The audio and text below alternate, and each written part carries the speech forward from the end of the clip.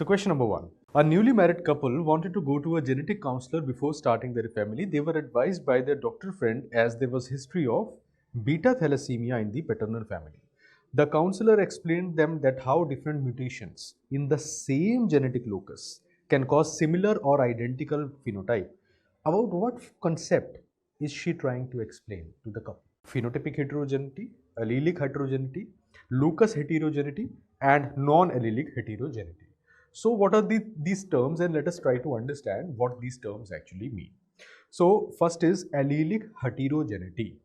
Different mutations in the same genetic locus can cause identical or similar phenotype, right? The typical example for that is different mutations occurring in beta globin locus can produce beta thalassemia. And this is the concept which this lady was talking about. So this is allelic heterogeneity. The second term that you need to understand is phenotypic heterogeneity. The name itself is saying the phenotype is heterogeneous. When more than one phenotype is caused by allelic mutation, for example, same gene mutation produces different types of phenotypes. The same FGFR2 gene mutation can cause Cruzen syndrome also. Similar same gene mutation can produce Pfeiffer syndrome also.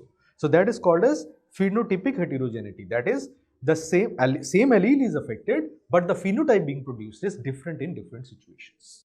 And the third is locus or non-allelic heterogeneity. When similar disease phenotype, now the phenotype is alike, but the genes are different, right?